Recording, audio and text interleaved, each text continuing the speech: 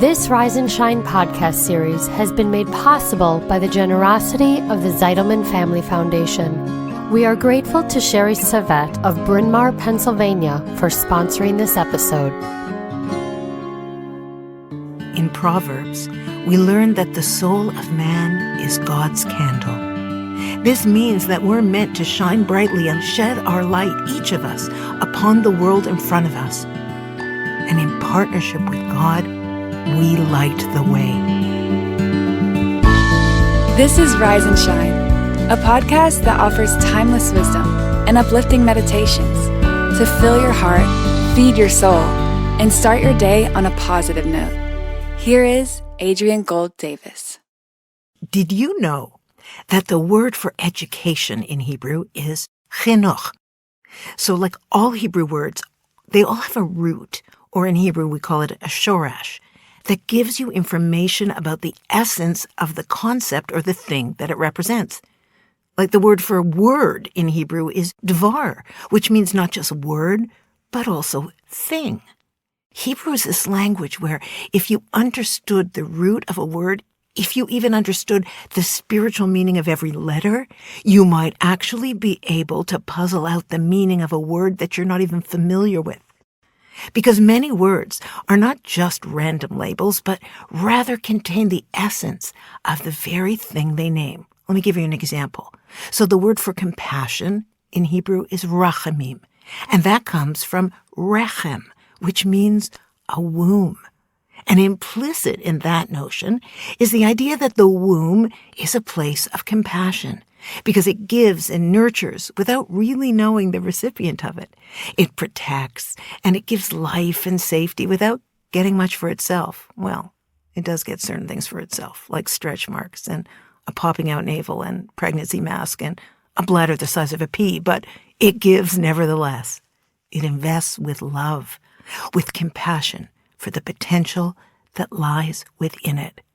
And the word for dog in Hebrew is kalev, which means all heart, loyalty, love, man's best friend. That for sure is an apt name. But back to the word chinuch for education, because it's closely related to another word that you already know. And that word is Hanukkah. Because while chinuch is generally translated as education, what it really means at its essence is dedication. At Hanukkah, we rededicate the Holy Temple after that brazen sacking. And when we have a housewarming party, we call it a Hanukkah Habayit, a new home dedication. And so it is when we educate our children.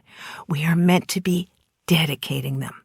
We're dedicating them to and with Jewish values so that they might live a more meaningful, happier, and holier life. And that job is primarily for the parents, despite our prohibitive school fees and camp fees. And that translates into our primary role as parents as being the dedicators of Jewish values into our children. At Hanukkah, we light the menorah, or Chanukiah, to remind ourselves and our neighbors that a great miracle happened, that the Jewish nation was facing the pressures of full assimilation to the prevailing Syrian Greek culture, and they sought not to destroy our bodies, but instead to eliminate our spirituality, to take the soul out of the equation, to celebrate art, science, dance, physicality, politics, and so many other things, but for their own sake, without tying those disciplines into the mandate to elevate them and have all manner of physical life be pointed towards the service of a higher ideal, to heal the world. Now, take a look at your Chanukiah, your Hanukkah menorah. You're going to see 8 spaces all in a row for your candles or for oil. But then you're going to see a 9th space, and it's slightly elevated and separate from the rest of them. That space holds what we call the shamash, or the helper candle. You know, it's not counted as one of the 8 days of Hanukkah, that candle, because it's there to ignite the lights beneath it, to ensure that they stay lit, and if necessary, to reignite them should they sputter out too soon. So I like to think of the parent in a family as the shamash. They're not one of the, for the sake of this metaphor, 8 kid candles. They're elevated and slightly separated. They ignite the flames of their children, then they move back to their place, on guard if they should be needed, but not hovering above them or holding their flames too close to them. Anyone who's used those little 99-cent boxes of Hanukkah candles knows this is what happens if you don't focus on lighting them properly. They burn unevenly, they tilt over, they tip over. Sometimes I've had the candles separate from the wick and they melt like crazy. And that's why we end up with so many of them stored under the sink as emergency birthday candles. I can't be the only one. So you see, there's an art to carefully lighting them so that they can achieve their full potential. And the shamash must ignite the flames in an even and careful way. And so it is with our children.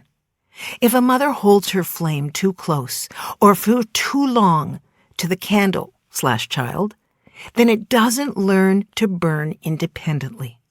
Sometimes our kids feel singed by our overzealous light, because within them, as within all of us, there's this desire to reach a place of independence in order to feel a sense of dignity and personal accomplishment. Therefore, like the shamash candle, the parent has to go back to their revered and elevated spot and not linger or cling excessively. And while this can be difficult to do, it's a gift of resilience to our children to allow them to shine in their own special way. In Proverbs, we learn that the soul of man is God's candle. This means that we're meant to shine brightly and lead the way, shed our light, each of us, upon the world in front of us. And in partnership with God, we light the way. Hanukkah is upon us. And these are dark times in many places, both literally and figuratively. This week, can we consider the following things? In which areas do we hold our flame a little bit too close to our child, or even hold it there too long? Can we move back to our separate and elevated place of parent and shamash, and educator, dedicator, and trust that our child can burn independently? If we've dedicated them with the appropriate values, can we then give them a chance to practice them, to perhaps fail, and if necessary, reignite them when they need it? Can we ask ourselves, what values do we wish to dedicate in our children and in our families? And so I wish you Hanukkah Sameach. Thanks for listening to Rise and Shine. Don't forget to rate, review, and subscribe to Momentum Podcasts on Apple, Spotify, or wherever you get your podcasts. Join Adrienne again next time for more timeless wisdom and uplifting meditations that fill your heart, feed your soul, and start your day on a positive note. This podcast was sponsored by the Zeidelman Family Foundation. Spread the wisdom. Inspire Jewish individuals around the globe by supporting Momentum's podcasts. To sponsor, contact podcast@momentumunlimited.org. You're listening to a Momentum podcast. For unlimited inspiration, wisdom, and empowerment, visit momentumunlimited.org.